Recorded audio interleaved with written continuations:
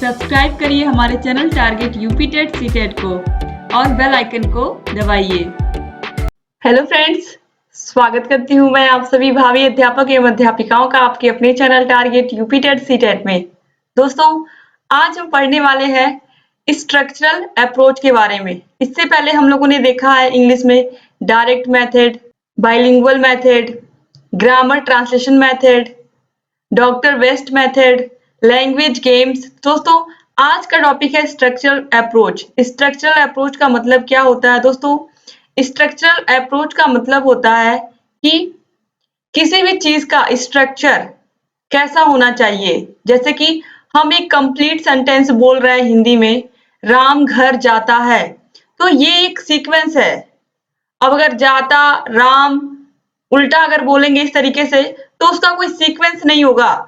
तो यहाँ पर किसी भी चीज का स्ट्रक्चर सही होना बहुत जरूरी है। और अप्रोच का मतलब होता है कि हम कुछ चीजें अज्यूम करके चलते हैं क्लास में। जब टीचर आते हैं, जैसे मान लीजिए कि टीचर मैथ के टीचर हैं, वो क्लास 6 में आए बच्चों को पढ़ाने के लिए, तो वो कोई भी चीज पढ़ाएंगे तो उनको एक चीज वो पहले से ही अज्यूम करके आएंगे कि बच्चा अगर क्लास 6 में है तो बच्चे को प्लस माइनस मतलब जोड़ घटाना गुणा भाग इन सब का नॉलेज होगा, बच्चे को गिनती आती होगी, इन सब बच्चे को टेबल आती होगी। तो इन सब के बारे में टीचर अज्यूम करके चलता है कि ये सब बच्चे को पता होगा। तो यहाँ पर स्ट्रक्चरल अप्रोच में यही बताया गया है कि जो अरेंजमेंट होती है, अरेंजमेंट ऑफ वर्ड होता है, वो किस तरीके से सर्टेन वे में होता है, एक निश्चित तौर तरीके से होता है, उसका एक क्रम होता है। तो आज इसी के बारे में हम स्ट्रक्चरल अप्रोच में जानने वाले हैं। तो यहाँ पर दोस्तों देखिए, सबसे पहले arrangement of words in certain order that convey some meaning. आप सभी को पता है कि इंग्लिश में भी एक सेंटेंस होता है, तो सेंटेंस में क्या होता है? सब्जेक्ट होता है, वर्ब होता है, ऑब्जेक्ट होता है। जैसे Ram is going to school, तो Ram is going to school में राम क्या है? सब्जेक्ट है, गोइंग क्या है? वर्ब है, टू स्कूल क्या है? ऑब्जेक्ट है। तो यहाँ पर यही चीज बताया गया है कि जो स्ट्रक्चर होता है उसका एक सर्टेन ऑर्डर होता है। यहाँ पर देखिए, arrangement of words in certain order that convey some meaning, यानी कि जो ऑर्डर हो सेंटेंस का वो इस तरीके से क्रमबद्ध हो कि उसका एक सही से मीनिंग निकले। Different arrangement of words convey different meaning. आप सभी को पता है कि अगर डिफरेंट डिफरेंट अरेंजमेंट रहेगा तो उनका मीनिंग क्या होगा? मीनिंग भी डिफरेंट डिफरेंट ही निकलेगा, मीनिंग भी अलग अलग देंगे। तो यहाँ पर इसको हम चेक करने के लिए देखते हैं इस तरीके से, ही इज वाइज, वो चालाक है। इज ही वाइज, क्या वो चालाक है? Wise he is. और यहाँ पर फिर एक्सक्लेमेटरी यहाँ पर लग गया। तो इस तरीके से यहाँ पर आप देख रहे हैं कि जो भी सेंटेंस होता है उन सभी का अलग अलग अर्थ निकलता है। उनको अगर हम डिफरेंट तरीके से अरेंज करेंगे, यहाँ पर ही पहले था, दूसरे पे ही बीच में आया, तो इस तरीके से आप देख सकते हैं कि जो सेंटेंस होते हैं उनमें अलग अलग जगह पर अलग अलग चीजों को इधर से उधर भेजने पर, उनको डिफरेंट अरेंज करने पर उनका मीनिंग भी क्या होता है? अलग अलग निकलता है। कहीं फुल स्टॉप है, कहीं क्वेश्चन मार्क है, कहीं एक्सक्लेमेटरी साइन है। तो इस तरीके से अलग अलग यहाँ पर वर्ड्स पर ही बेस होते हैं जो सेंटेंस होते हैं वो। तो ये आप याद रखिएगा। इस तरीके से स्ट्रक्चरल अप्रोच के बारे में उम्मीद करती हूँ आपको समझ में आ रहा होगा। फिर इसको हम और किस किस नाम से जानते हैं स्ट्रक्चरल अप्रोच को? इसको हम न्यू अप्रोच भी कहते हैं, ओरल अप्रोच भी कहते हैं, लिसनिंग एंड स्पीकिंग इसमें मस्ट होता है। अब देखिए, learning a foreign language mastery of structure is more important then the vocabulary. यहाँ पर कहा गया है कि भाषा, किसी भी विदेशी भाषा को सीखने के लिए उस पर मास्टरी ऑफ स्ट्रक्चर, यानी कि जो उसका स्ट्रक्चर है उस पर आपको मास्टरी होनी चाहिए कि कहाँ पर किसको रखना है। बल्कि ये जरूरी नहीं होता कि आपको कितनी वोकैबुलरी आती है। जैसे जो लोग इंग्लिश बोलते हैं, आप लोगों ने देखा होगा बहुत सारे लोग इंग्लिश बोलते हैं, जैसे कोई खिलाड़ी इंग्लिश बोल रहा है, स्पीच दे रहा है, तो जरूरी नहीं कि उसको सभी ग्रामर की नॉलेज हो, कि सभी वोकैबुलरीज उसको आती हो, उसको सभी बहुत सारे वर्ड्स उसको आते हो उस विषय के, ऐसा कुछ नहीं है। उसको बस खाली सेंटेंस का स्ट्रक्चर बनाने अच्छे से आता है। उसको मास्टरी है स्ट्रक्चर पर कि कहाँ पर सब्जेक्ट होता है, कहाँ पर वर्ब होता है, कहाँ पर ऑब्जेक्ट होता है, बस उसको इतनी नॉलेज है और इसी से वो अपनी इंग्लिश को फ्लुएंटली बोल लेता है। तो ये बहुत जरूरी है कि सेंटेंस का स्ट्रक्चर बनाने हमको आ जाए, बस मेन चीज यही है। अब इसके बाद है importance of speech based on principle of speech not on writing, यानी कि जो स्ट्रक्चरल अप्रोच होता है ये बेस होता है स्पीच पर, बोलने पर। जितना आप बोलने की प्रैक्टिस करोगे उतना ही आपको ये अच्छे से आएगा, और यहाँ पर राइटिंग पर फोकस उतना नहीं होता है। Focus on certain structure and pattern, जैसा कि मैंने कहा कि ये स्ट्रक्चर पर ही बेस होता है, और इसमें केवल और केवल किस तरीके से सेंटेंस का स्ट्रक्चर बनाएं कि हम अपनी बात को आसानी से कह लें, बस यही चीज इसमें होती है। अब इसके बाद है दोस्तों मीनिंगफुल सिचुएशन। ये बहुत जरूरी है कि टीचर जब आपको इंग्लिश भाषा को सिखाते हैं स्कूल में, तो आपको वो मीनिंगफुल सिचुएशन के थ्रू आपको समझाएं। जैसे कि इस तरीके से समझाएं बच्चे को कि जब आप स्कूल गए तो आपकी आपकी मम्मी ने आपको सबसे पहले आपके ड्रेस चेंज किए। कोई छोटा बच्चा है तो स्कूल से गया, सबसे पहले उसकी मम्मी ने उसका ड्रेस चेंज किया, फिर उसको खाना खिलाया, फिर उसका होमवर्क पूरा करवाया। अब इसी चीज को उस बच्चे को इंग्लिश में सिखाना है टीचर को। तो टीचर क्या करेगा, टीचर सबसे पहले बच्चे को यही सिखाएगा, जब आप स्कूल से जाते हो तो किस तरीके से वो हर चीज को इंग्लिश में बोलेगा बच्चे से। तो बच्चा बहुत ही आसानी से, जब उसको एक मीनिंगफुल सिचुएशन मिलेगी, यानी कि एक रियल सिचुएशन मिलेगी कि इस सिचुएशन में कैसे उसको इंग्लिश को बोलना है, तो बच्चा आसानी से समझ जाएगा कि किस तरीके से रियल सिचुएशन में टॉक की जाती है, कैसे बात की जाती है। In this approach the teacher is expected to create meaning situations that makes the teachers work interesting and the students are able to learn the structure very well। यानी कि यहाँ पर ये चीज कही गई है कि जब टीचर रियल सिचुएशन देता है, बच्चे के लाइफ से रिलेटेड सिचुएशन को देता है, बच्चा उससे रिलेट कर रहा है, तो क्या होता है बच्चों के लिए वो समझना भी आसान होता है, बच्चे उसमें इंटरेस्ट लेते हैं और बच्चे आसानी से सेंटेंस के स्ट्रक्चर को समझ लेते हैं।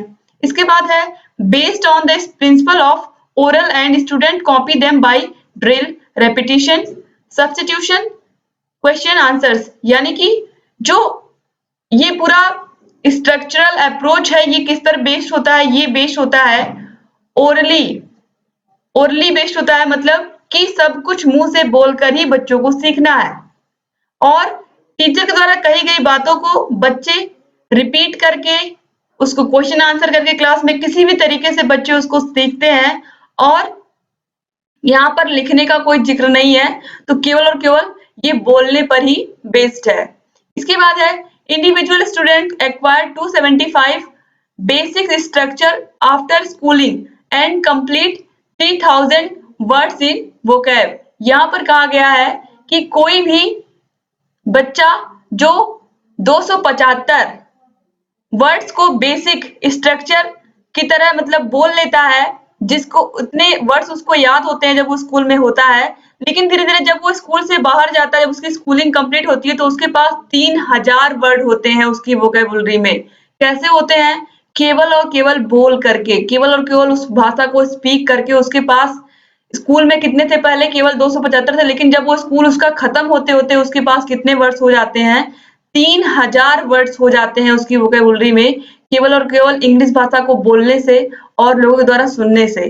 तो इस तरीके से आप देखते हैं कि जो स्ट्रक्चरल अप्रोच होता है वो कितना इंपॉर्टेंट है किसी भी बच्चे के लिए, इंग्लिश भाषा को सीखने में आसानी से कितना मदद करता है ये कि 3000 वर्ड्स उसको याद हो जाते हैं आसानी से, केवल और केवल इस भाषा को बोलने से।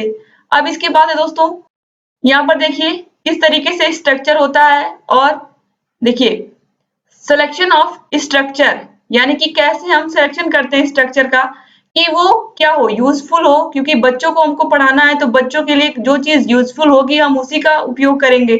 और स्ट्रक्चर क्या हो, सिंपल हो, ताकि बच्चे आसानी से समझ ले कौन सा सब्जेक्ट है, कौन सा ऑब्जेक्ट है, कौन सा वर्ब है। फिर यहाँ पर देखिए टीचेबल स्ट्रक्चर, आसानी से उसको टीच किया जा सके बच्चों के सामने। और प्रोडक्टिविटी का मतलब है जो हम बच्चों को सिखाएं उसका एक मतलब निकले, उसका एक प्रोडक्टिव थिंग निकले कि हाँ बच्चे उससे सीख रहे हैं और बच्चे फिर खुद ही समझ करके और उस इंग्लिश भाषा को अच्छे से आपस में ही बोल ले रहे हैं। अब इसके बाद है teaching structure situation, gesture and action. Gesture और एक्शन का मतलब है कि टीचर किसी भी सिचुएशन को लेकर के जब वो बच्चों को समझाएंगे तो उनके चेहरे पर भाव भंगिमा होनी चाहिए। भाव भंगिमा का मतलब होता है कि अगर कोई स्टोरी सुना रहे हैं तो उनके चेहरे पर वो भाव होना चाहिए, कोई उदासी है, खुशी है, किसी भी प्रकार का जो भाव है वो चेहरे पर दिखना चाहिए। अगर खुश है तो मुस्कुराते हुए चेहरा दिखना चाहिए। मतलब इस तरीके से कि बच्चे सिचुएशन से रिलेट कर पाएँ अपने आप को। तो टीचर को एक्शन करके भी कोशिश करनी चाहिए क्लास में पढ़ाने की, यही बात यहाँ पर कही गई है। Black board use, black board का अधिक से अधिक यूज़ करें। मान लीजिए कोई चीज़ बच्चे को नहीं समझ में आ रही है बच्चों को, तो उसका फिगर बना सकते हैं।